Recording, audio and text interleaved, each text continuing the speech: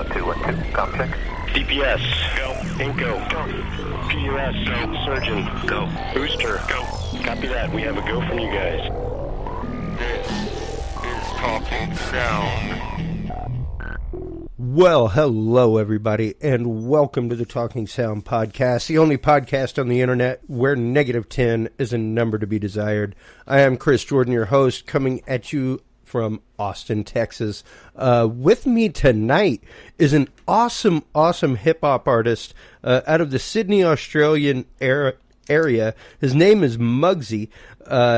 Fantastic stuff. I've been listening to his music. He contacted me over Facebook about, I guess, into last week, and we kind of started chatting back and forth, and I went and started listening to his music, and I was like, I would love to have you on my show to talk about what it is that you do, your inspiration, and, you know, generally what we talk about on this show. So welcome to the show, Mr. Brady. Mugzy, how are you doing, Mugzy Brady? Oh, I'm good, man. I'm good. Yourself? Thanks for having me on the show and stuff, man. It's going to be a pleasure talking about, hip-hop and my music and just anything in general that's going on in the world today, for sure. Yeah, exactly. And, we were chatting just before the show about all kinds of things, but the one thing that I loved was the fact that you actually work with youth. Explain to me a little bit about what it is that you do in that arena. Yeah, so, man, when I was starting off my career, I started hip-hop music when I was, 14, early 15, and before I came into contact with hip-hop, I didn't really have an identity, so I was like that kid in high school that used to get ridiculed and, picked on and stuff and that, and so I can kind of relate to the kids that are going through it now, and when I went through the whole era of the early thousands where 50 Cent, Dr. Dre, and Eminem were like the pinnacle of their careers, and I look at these guys and I just think they'd have this godlike mentality of no one could bring them down, and they could walk into any room, any neighborhood, any place and just make the whole crowd be in aura. I don't know, something about him, especially Eminem. And I want to be like that, man. So I just thought I didn't want to be that scared kind of, ridiculed kid anymore. I wanted to change my life. And so I started, dropping down rhymes. But I knew if I wanted to progress as an artist, I would have to literally make material. So I made a rough demo, started, sending it out, doing rough little gigs and stuff like that. And through my journey, man, I came across a youth organization called MAD, M-M-A-D, Musicians Making a Difference. And nice. They, when they were starting off, their main office had hip-hop posters and elements of it, on their front windows and stuff. And I thought it was an indie record label, just like a local sort of thing. So I went in and I was so amazed when I walked past their office, just walking to TAFE one day. I was just like, I've never seen this place before. Is this like a new sort of, label? And went in, said, I'm starting my career off. Would you be willing to check it out? And Emma and Dom, the one that run it, Emma came out and she was like, we're not a label, but we're a youth organization that does a lot of music-based programs that help teenagers who come in, whether they have depression or they're, drug abuse or they're homeless, but they just want to, they want a better change in their lives. And we, do 6-week courses and internships and stuff like that have very music-based themes, whether it be learning how to record in a studio or building the confidence skills to perform on stage, or we have camps as well called 351 camps, where it's I think it's 3 days, 5 elements, 1 key, where it's it's a camp situated around hip hop, and it's where the kids can sort of do their thing and all that. And I did a few courses with them, and when I was sort of getting older and more mature and stuff, they saw what I was doing in my solo career, and they thought, look, Mugzy, why don't you, come on board with us and be, sort of a leader and a mentor. So for the next generation that comes in, That's great. You can, like help them through it as well. Like, jump on board with us. And I'm kind of like the OG in a sense, man, because I was sort of 14, knowing about them. That's when they were starting off, and they're more, they're more like around Australia now, man. They've like gone on to bigger and better things. And when I come in, to some work or sometimes like do these programs with, I'm sort of like the Obi-Wan Kenobi in a sense, man. I come in because I was there from day one, so that's how I met done my youth work, man. I met musicians making a difference. And that is absolutely fantastic, the fact that you have managed to put two passions together. I myself did, like I was saying before the show, quite a bit of youth work at one point in life. And it really is great to see the difference that you make in real life, in everyday moments. And I think something that is very interesting that you yourself as an artist even and as a lyricist capture is everyday moments. The one thing that I noticed listening to your music over the last, I guess it was Friday that you reached out, Thursday or Friday, so it's been a good 4 days that I've been listening to it and kind of checking it out. Your lyrics stand out due to the fact that they're life lessons. You're always it's rarely, I've yet to find a song that didn't have a message behind it. Like I was saying before the show, even your track Strictly a Bitch, which is the only track that I heard foul language in, which is very reminiscent of old school hip hop, where they didn't really use foul language unless that is what the song was based around. And even at that point, it was such a deep message that you were getting across in Simply a Bitch that it was like, oh man, like there's really no other way to say what you're saying in that song than to say that. And I wish that there was, but what is it for you as a musician?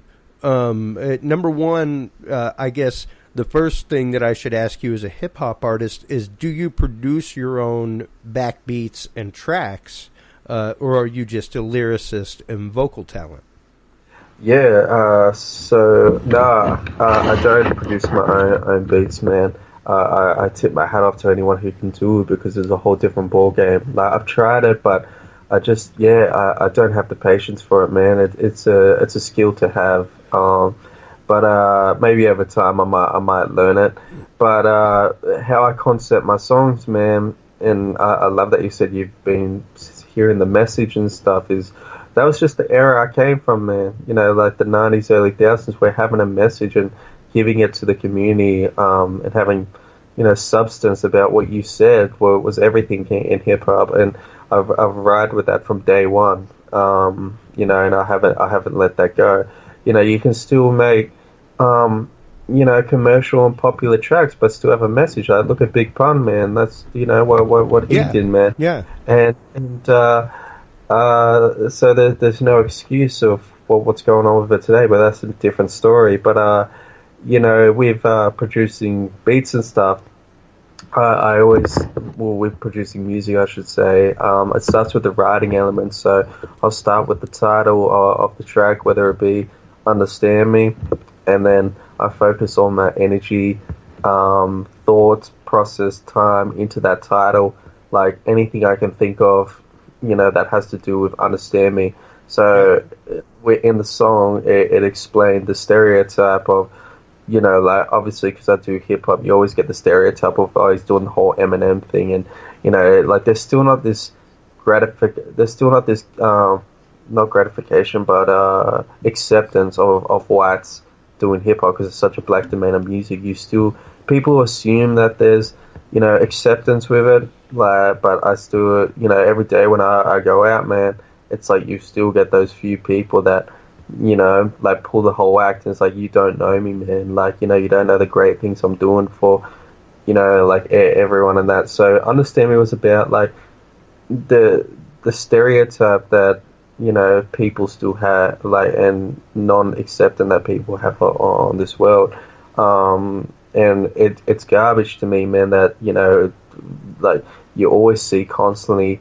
It's like, we want equality, we want to, everyone's equal and this kind of thing. Meanwhile, like when I walk outside, it's just like, oh, you're doing this Wigger, shit, you're doing this Eminem shit, and it's just like, well, where's my equality, like, or where's, this kid that has nothing to equality. It's just like, I think people wear it as a facade, like they're like a mask, and it's like just a thing to fit in with the crowd, where it's like everyone's posting on social media, equality, and it's like you don't even really live up to that expectation. So it's hard whenever you put a mirror up to it and it's like, hey, you yourself are being exclusionary. And so I like a lot of my message, and then what I do is, man, my producer Pablo, who was actually a featured artist on Can't Stop Us, he's got like a sort of recording studio, like a home studio, and I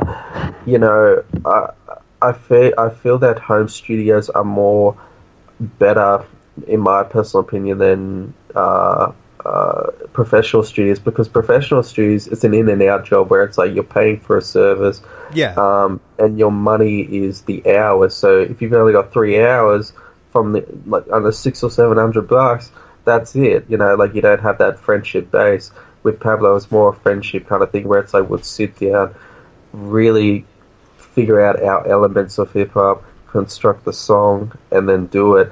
And so he would look at the lyrics, man, and he'd just be like, all right, so Understand Me, it's kind of like I wouldn't even tell him the beat. It would be, it's like he was a wizard, man. He would look at the lyrics, read through them, and be like, Understand Me, okay, yeah, I'm kind of like tossing up like an Eminem, The Way I Am kind of thing, is that what you're going for? And I'd be like, right on the mark, and he'd like, do a few hours in, concept a beat up, or try and find samples and that sort of thing, and the rest is history, man. That's where my whole thing comes together.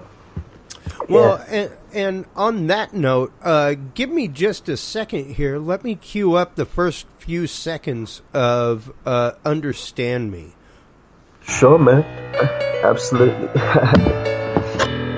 And I absolutely love the keyboard line in this. It's fantastic stuff. Yeah, the chorus, the Understand Me part, I can't remember where he got that sample from, but like that wasn't like no one that I knew, that was singing it. That was just a sample, and it worked, man. It really worked.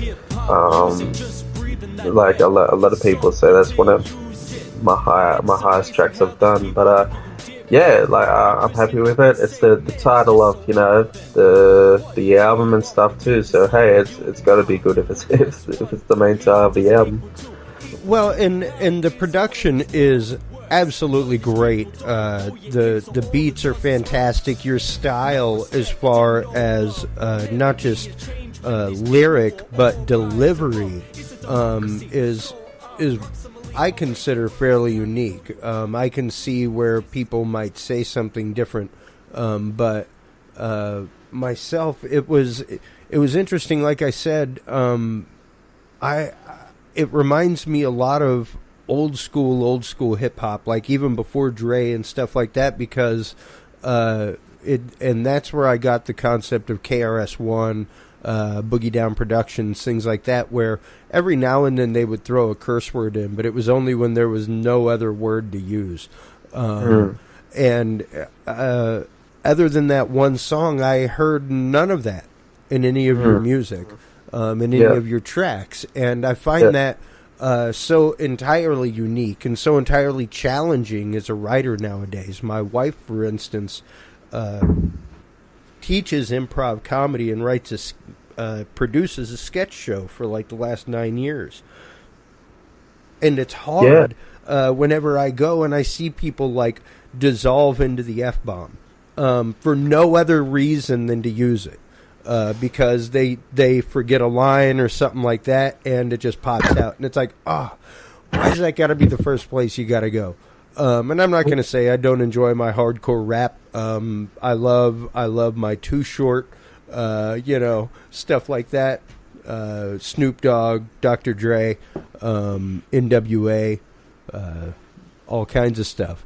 But even Two Live Crew, that was actually the first show I ever got paid to work, was a Two Live Crew show. And that was intense, my friend. But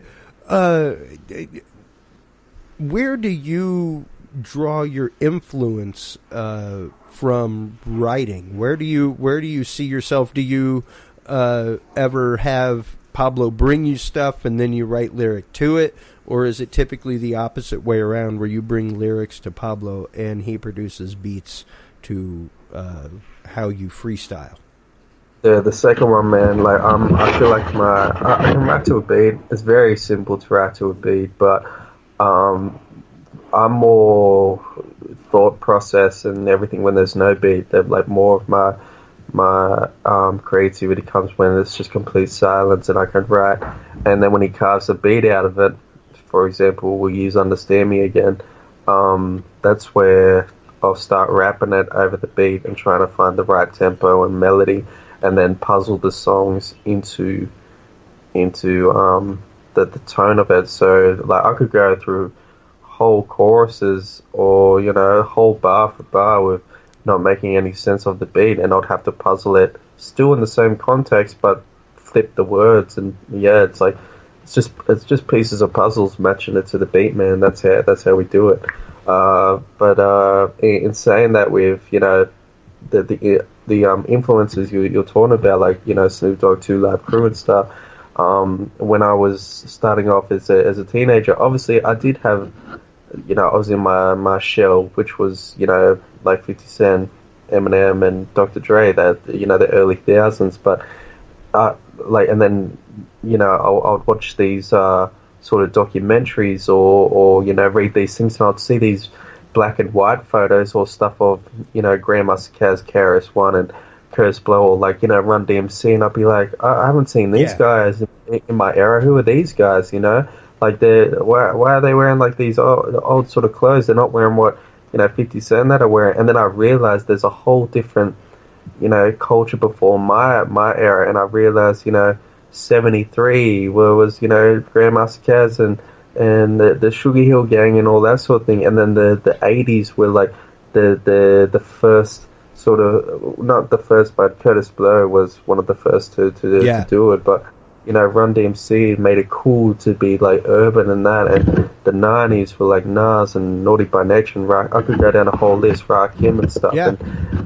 And it just got to where I was like, wow, there was just this whole, like, just this culture that I love so much. And I think having knowledge on that blended into my music of, they had, like, you listen to every single OG artists in their interviews, and they will say to you, this culture was built on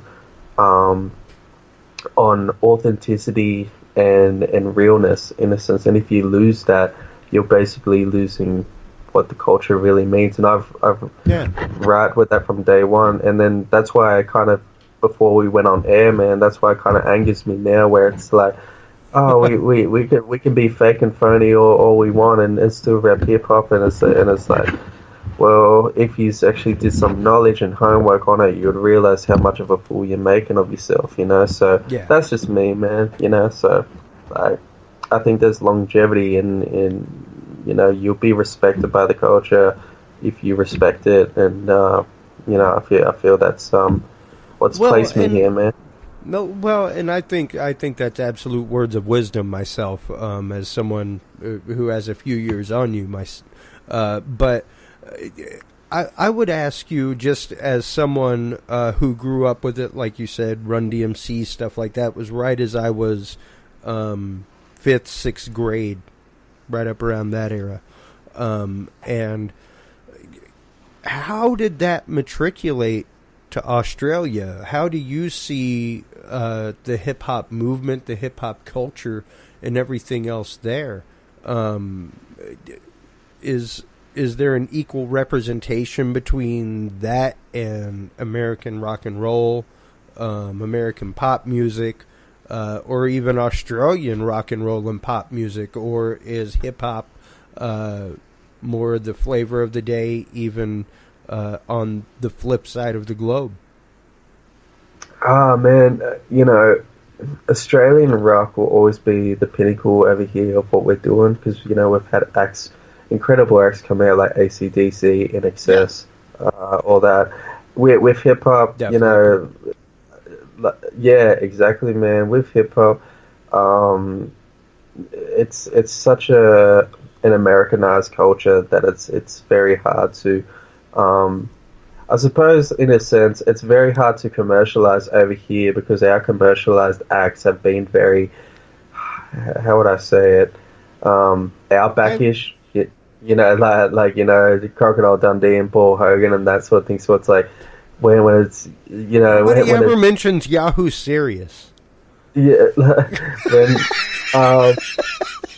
when it comes to hip hop, man, a lot just think, they're doing the wrestling crocodiles and stuff, and it's like, nah, we're not. I guess in a sense, it's kind of put a bad taste in our mouth for hip hop, but in saying that, as an artist, man, there's a lot that only do it as really a hobby, and they don't really want to take that further leap of making something out of it. So it does become very difficult to build connections and build opportunities, man. When meanwhile you're trying to make opportunities, but you can't be a one-man army. Like when everyone around you is saying, "Oh, we don't really want to." Invest. We just want to do it as a hobby. So it does become straining and difficult in a sense, man. But and then there's also the factor of there's no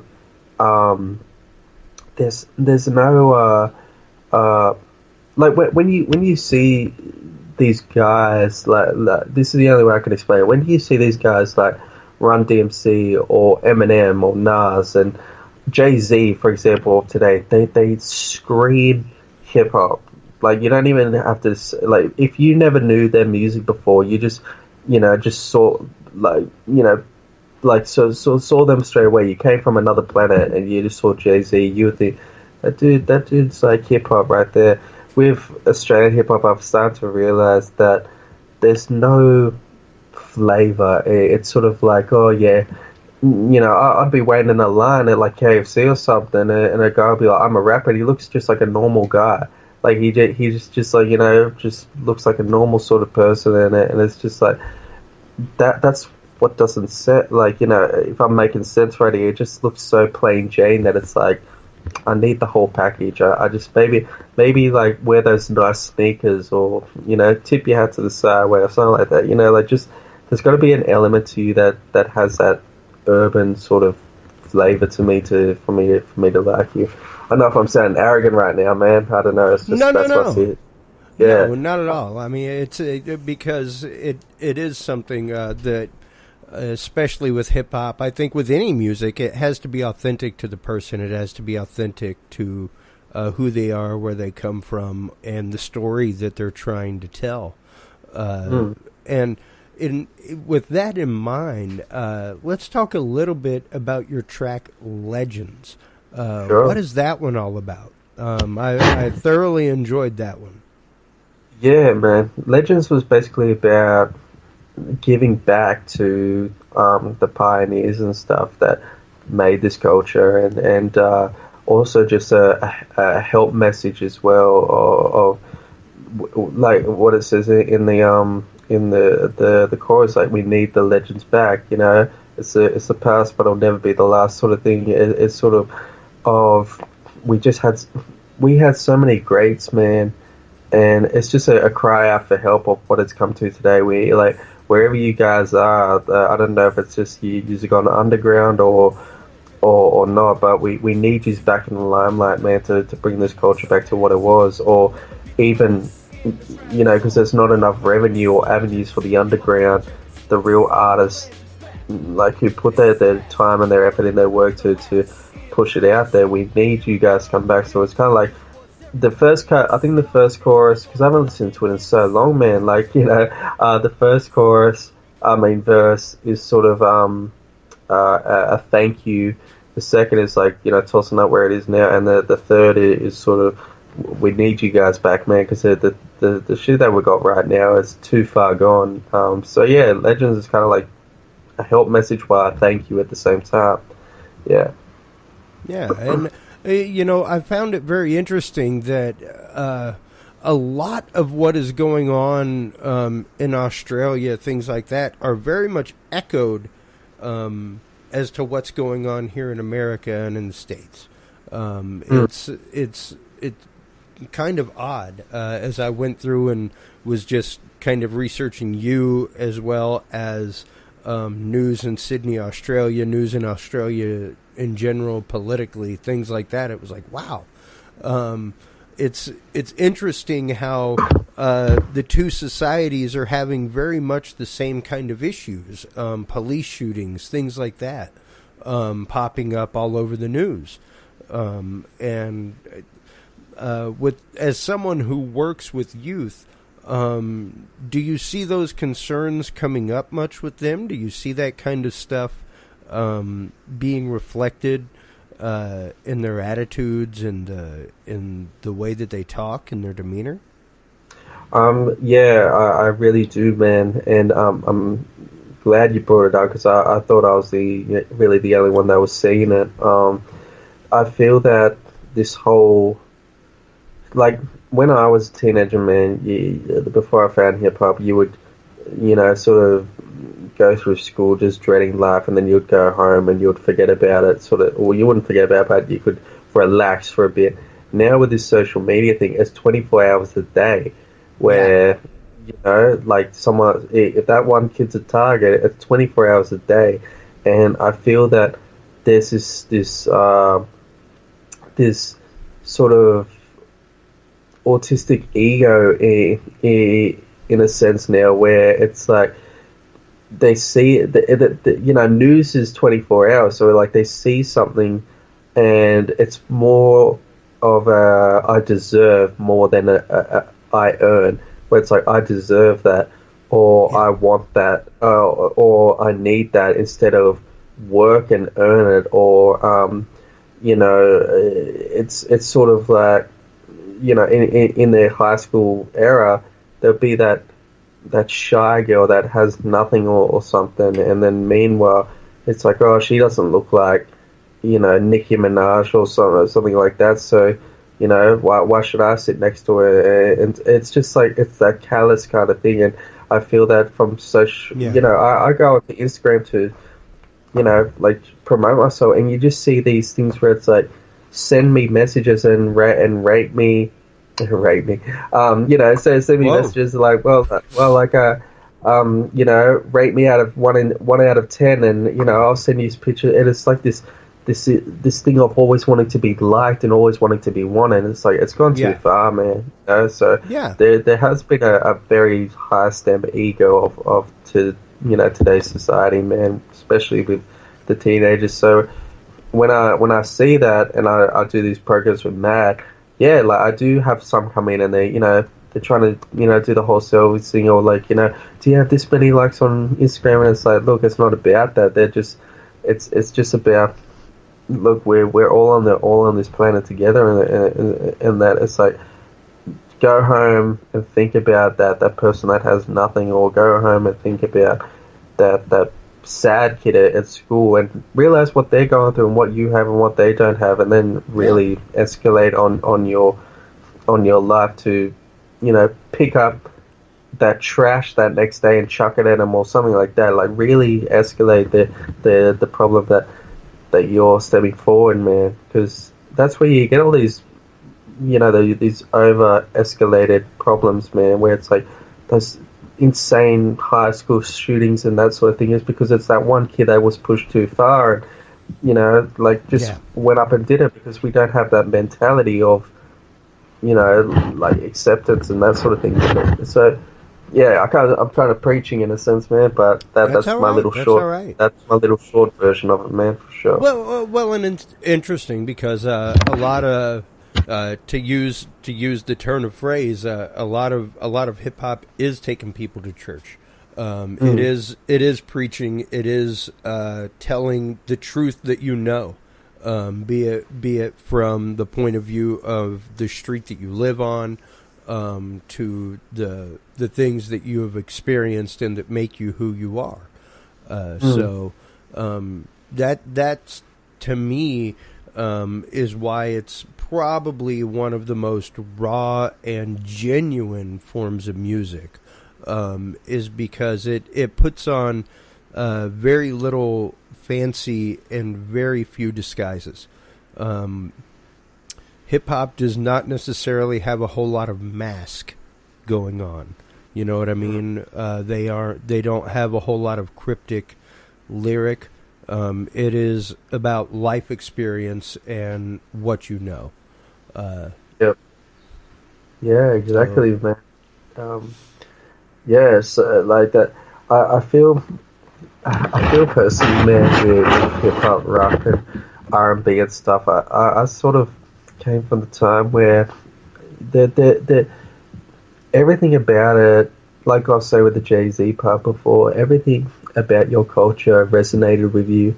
You could tell who was a rock star. You could tell who was a rap star. You could tell, and now it's kind of you don't know which one is which, And I feel that it makes the music like very dumbed down in a sense as well, because they have no road to follow on. It's like, I want to be a rock star, but I'm rapping and I'm doing, and it's like, like I'm singing and stuff, and I don't know. Yeah. I like it when that's why I'm very, when I see I don't know, the Rolling Stones or something, they just look like rock stars in a sense compared to, I don't know, freaking, what would be today? Like Justin Bieber or something claiming he's a rock star or so like that. It's just, it's like, it's just corny to me, man, So, yeah. I guess I'm a hater. Yeah. Well, and, it's interesting because, as we said at the beginning of the show, you yourself are very much a Southern Hemisphere version of me. You're a musician in every bit of your passion, but at the same time use your skills as a musician and a home engineer and everything else to ply your trade as a live audio video technician, and do youth work, things like that. I myself had a past in youth ministry and do live audio video work. Now, whenever you're out doing events, things like that, what are some of the main things that you look for to, I guess, try and troubleshoot things to kind of think ahead? Do you mainly focus on audio, video, lighting? What is your general realm?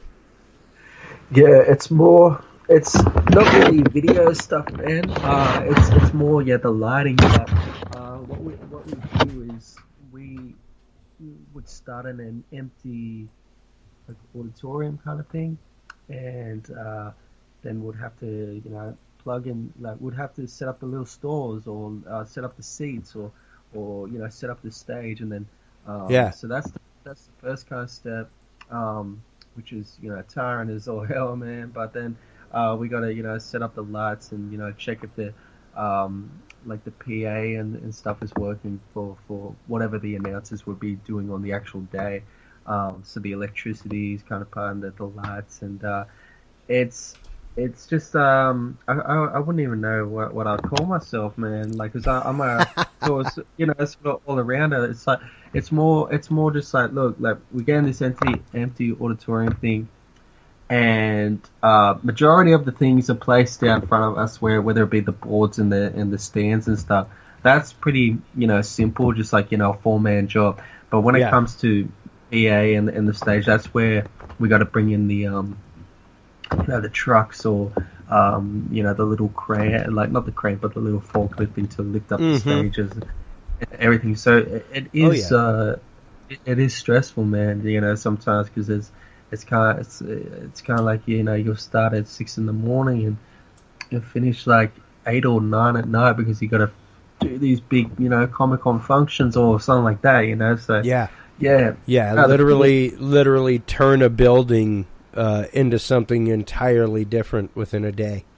And it was bad too, man. My first ever day, I remember, because this before I started going to the gym, I was just like, I had like the worst diet and everything, man. I especially come from Australia, drinking and KFC and all this kind of jazz, and sleeping and all this, and I was just a grub, man. And I remember, I got the call because I found this work through one of my dad's friends who was looking for people, and he's like, yeah, come down the first day. I said, great, setting up gigs and all that kind of stuff. It's going to be heaps of fun. And it was a furniture expo, lifting up couches and big wooden robes and all that while setting up the thing. And I was a wreck. I was literally going, I could feel the beer and the KFC coming out of my juices, man. My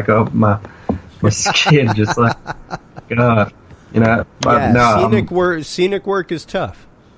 Oh yeah, 100%, man. It's you meet a lot of cool guys and friends and stuff. They're forever on it, but to whoever wants to start it, just know the first couple of days it's hellfire and brimstone. It's horrible. Yeah.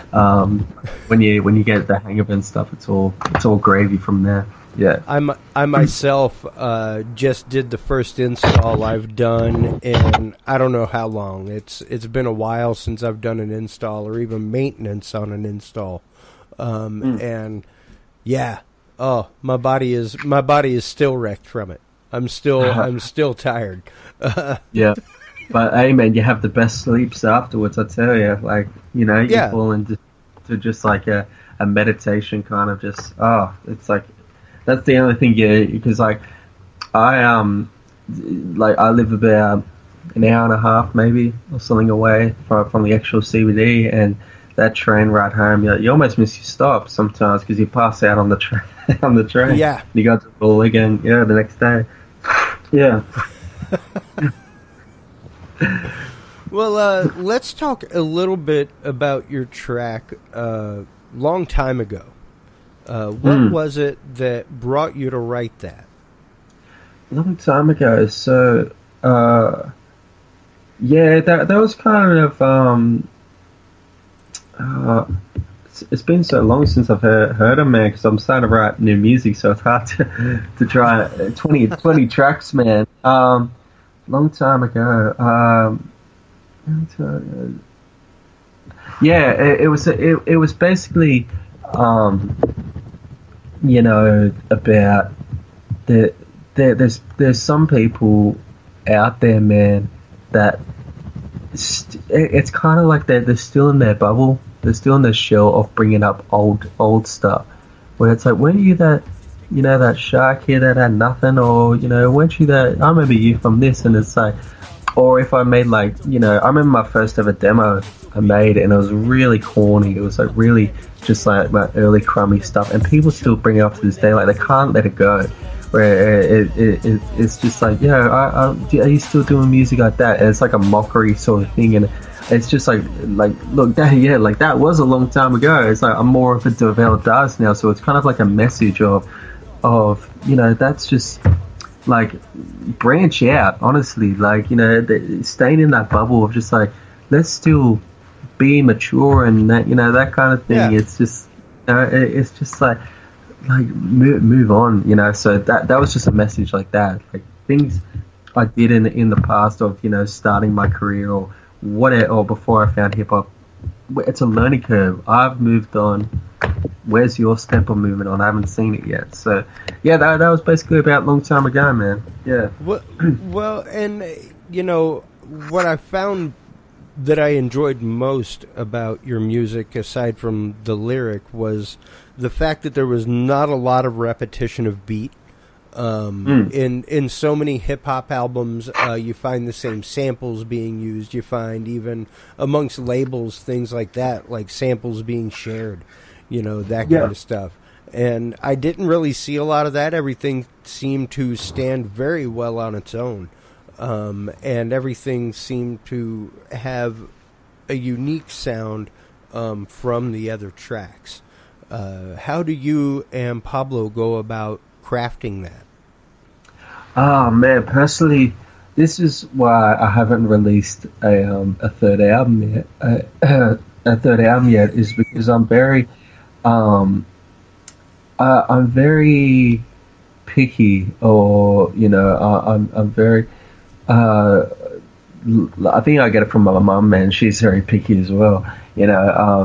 It's sort of, I'm not an artist that just, let's just get on a beat and write to it and record it and release it. I'm not that type of artist, man, because I feel by the end of it, you've got, 6 albums under your belt and they just all sound the same. It's saturated. I kind of like to take my time with it, and keep the longevity afterwards. So, like, from my third album, I'd hear that beat, that I've got on my iPod or and stuff like that, and it would just be like, this is gonna work for it. For my next album, this isn't gonna work, or this is sounding too much like Understand Me, my second album. This is not, and it's just concepting a completely new album while still keeping the realm and the elements of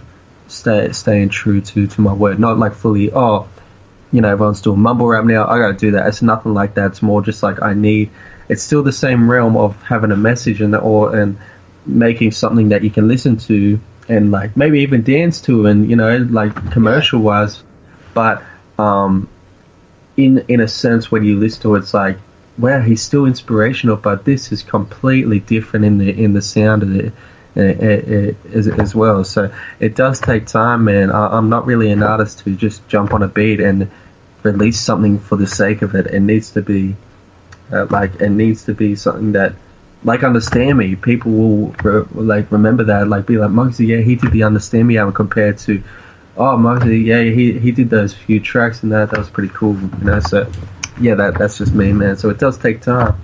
Yeah, I have thoroughly enjoyed the marriage of the beat and lyric in your work with Pablo. It's been absolutely just amazing to listen to over the last many days. I probably listened to everything on SoundCloud a good 3 or 4 times each today as I was working around the home studio with my son and just doing web coding, things like that.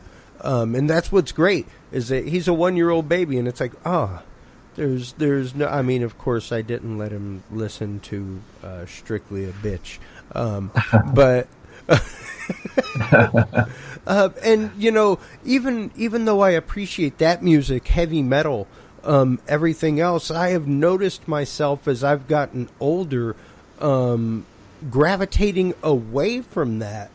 And away from listening to a lot of that, despite my love and appreciation for it, mainly because, I find myself very, very influenced by even the aggressive beat of hardcore heavy metal, things like that. And I love heavy metal, but it's one of those, like, I got to listen to it in small doses.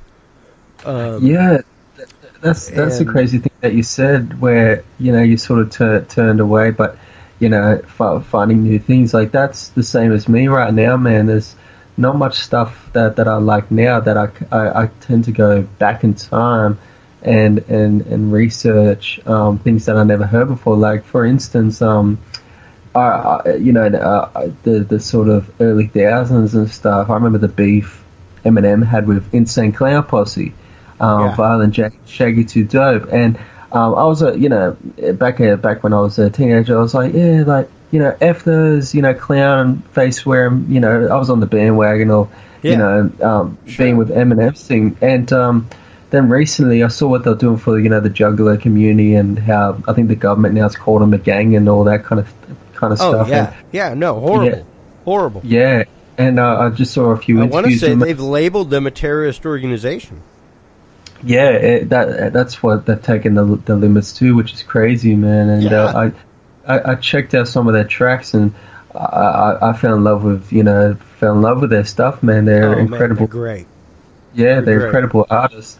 And so yeah, I'm an ICP fan now, man. And I never thought I'd see the day. I thought I would always be on that wagon of like, yeah, hate, and man, I love like Shaggy 2 Dope, man, is like probably up there with one of my guys that I really look up to. Like I love his characteristics. I love his style and tone of especially his solo album. They're dope guys, man. Like they're great. It's just a shame. I was so that naive, like that, back in the day. But they're dope, man, for sure. Yeah, yeah, absolutely. Well, as we wrap this episode, it doesn't seem like 45 minutes has gone by already. But as we get ready to wrap, what advice would you give for up and coming musicians in general, much less hip hop artists who are getting ready to hit the studio, getting ready to lay their first tracks down, things like that? What are a few pointers that you would give people? The two biggest things I would say, and I say this all the time, is there's two things I see constant. One is doubt, and one is ego. If you have those two things, doubt, where it's like, what if they won't like me? What if they will do this? Or maybe my voice, the career's gonna chew you a new asshole. Honestly, it's you're not going to get far with that. You need to have full passion, full on board, and just want this more than anything. Just like if you want to be, a rapper or whatever, just push through any obstacle and don't care about the next person thinks. Just care about what you think. That's the first step, I say, man. The second step is ego. If you have too much ego to the point it's way over your head, where it's like, hey, you want to do this interview? How many followers do you have? Or, hey, you want to jump on this feature? I've never heard of you before. And have this ego, it's kind of like, yeah, no one's going to ride with you. And the third one, I would say, man, personally, just respect the culture, man. If you're just doing this because it's like you saw that person on TV, or it's just a phase and it's just cool to do it, man, you're just the next person watering down there the hip hop culture. If you're really studying it from the 70s to where it is now and learn the elements and everything, then the culture forever will respect you. And that's the 3 steps, man. Doubt, ego, and knowledge. Like, don't have doubt, don't have ego, but have knowledge, man. And that's all I can say for the newcomers, man.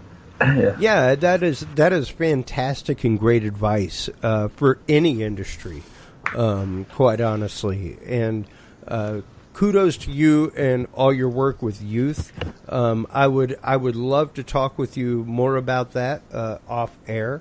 Thank you so much for joining us. Thank you so much for reaching out to me to begin with. You made my weekend with providing me with some awesome music to sit back and barbecue to in this crazy Texas heat. It is like crazy hot outside in Texas right now. We had street signs bursting into flames and stuff a few weeks ago, like a week or so ago. It was crazy. Wow, man. Yeah, and I was happy to do it, man. And you got another supporter here in Australia, man. But I wish you all the best with future endeavors, future artists that come on, or whoever comes on. And yeah, thanks once again, man, for taking the time to check out my stuff, for sure. Well, I want you to make sure and let the audience know where they can go to check out your music, where they can go to purchase it, where they can go to support the awesome music of Mugzy, Mr. Brady. Yeah, so my number one platform I use saves you searching at everything individually because everything from my band profile, YouTube, Instagram, Twitter is attached on this one page. Just go to Facebook and type in Mugzy, Mugzy, or to worldwide viewers, that's Mugzy. It's hit me up a thumbs up with the likes. Send me a message if you're an upcoming artist or whatever the case may be. Send me links to your music and stuff, or try and take the time to check you out. Even though I get bombarded sometimes with it, but check me out for updates and everything on my fan page at Mugzy. So Mugzy, and that's it. Well, fantastic. Please do hold the line for me real quick while I wrap this episode of Talking Sound. Thank you so much once again, Mugzy, for joining us, for sharing your knowledge, sharing your beautiful message with your music and with your lyrics. I greatly appreciate it, as does the audience. No problem, man. All right, hold the line for me. While you're online checking out the great work of Mugzy, make sure to stop on by the Talking Sound Podcast, TalkingSoundPodcast.com. You can also find us at HCUniversalNetwork.com, our mother network, with other great podcasts like Dudes and Beer, Scary Dad, as well as Yes But Why podcast, Gentlemen No Class, Therapy Hour with Rusty Lozano, and many more. Until next time, everybody, thank you so much. And keep reaching for 11. We'll talk to you soon. Take care. Bye-bye.